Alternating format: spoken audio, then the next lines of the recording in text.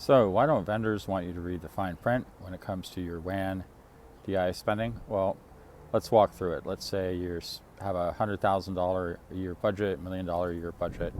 You're buying all these services. In an ideal situation, they'd like you just to sign a new contract every few years and get all that revenue, and that's definitely going to help the sales reps bonus, and they're going to like it, and they can just go off and do other things, get new clients while you're paying every year. So what happens if you read the fine print? Well, what we found is people will discover a few things. One, if you read the fine print in the bills, there's a lot of missing information, as it turns out.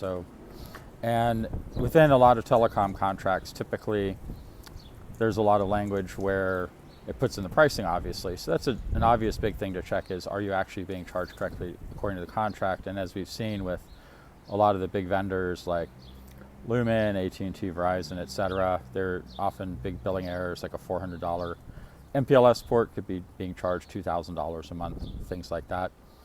But the other fine print is that in a lot of contracts, you actually have a lot of flexibility as to what you can buy. And often we found about 25% of a six-figure budget is spent on unused services. So there could be things where you upgraded something and the vendor, forgot to remove the old service and they're billing you for the new service and the old service. Or let's say you moved out of a location and the vendor didn't disconnect all the circuits. We found entire data centers worth of circuits spread across multiple bills.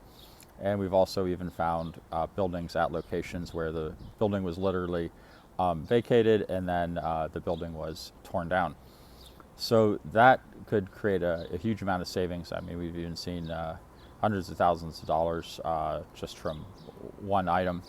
But also lots of different little items can really add up to substantial savings, six-figure savings easily.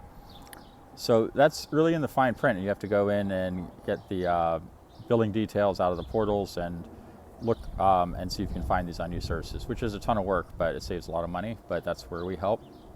And on top of that, it's also important to look at the pricing and see if you're taking advantage of all the different discounts which you're eligible for. And a lot of times people don't know about this, and the vendors don't take make a lot of effort to teach you these things and show you these things.